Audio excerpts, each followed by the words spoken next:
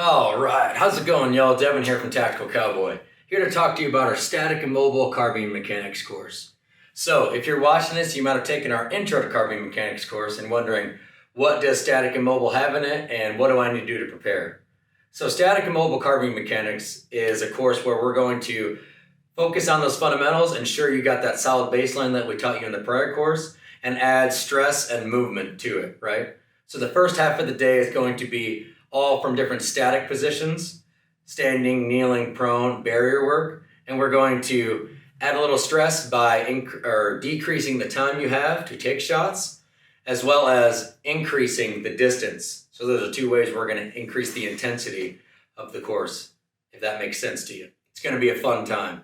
So that's the first half of the day, static carbine mechanics.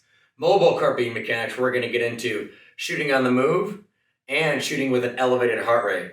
We perceive both of these as extremely, extremely important because, hey, it makes sense, right? If you're going to use these skills in real life, you're probably just not going to stand there.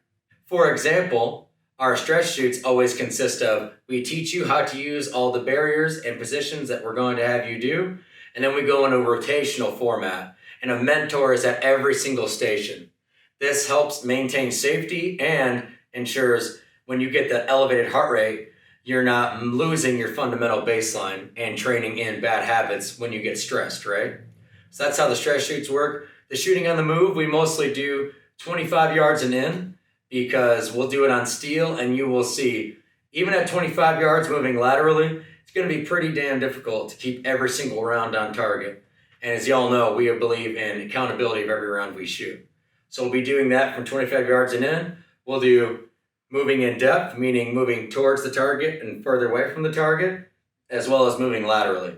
A lot of drills we like to do are the box drill, if you're familiar with that, meaning you move towards the target, to the right, backwards, and to the left, while putting multiple rounds on it, moving in a square, right? The box drill. Awesome. Skill level of the students. So skill level is going to be intermediate to advanced shooters. That being said, it could be anybody, right? I've seen intermediate shooters really focus on the fundamentals, focus on every round they send down range, maintaining accountability, and they'll get top shot. Versus sometimes advanced shooters will not focus as much on the accountability piece, and then they won't get top shot in the course. So yes, our skill level is going to be intermediate to advanced shooters. But hey, if you're an intermediate guy, don't think you're not good enough, right? You are, because we're going to help you every step of the way. Gear requirements: rifle or carbine that you can shoot from the standing position, sling, 5 magazines, 500 rounds of FFJ ammunition, eye protection, ear protection. Packing list encouraged, tactical belts, plate carriers, chest rigs, all that stuff so you can stow magazines and be ready to rock and roll. Y'all know what I'm talking about. Mentor ratio we provide for this class, as always, is a minimum of a 1-to-3. A lot of times for these more advanced classes, we get to a 1-to-2 ratio because we want even more eyes on every single person, and we want to take safety measures, right? One thing that sets Tactical Cowboy apart is we grade every single course. So you're not just going to go through the course, and at the end of it, we're like, hoorah, here's your participation trophy.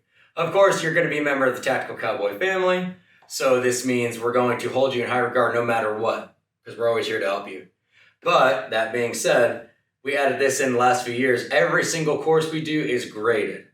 This means you have to achieve an 80% or higher to actually pass the class, and you get a standard metric that's measurable that you can come back to next time and beat your last score.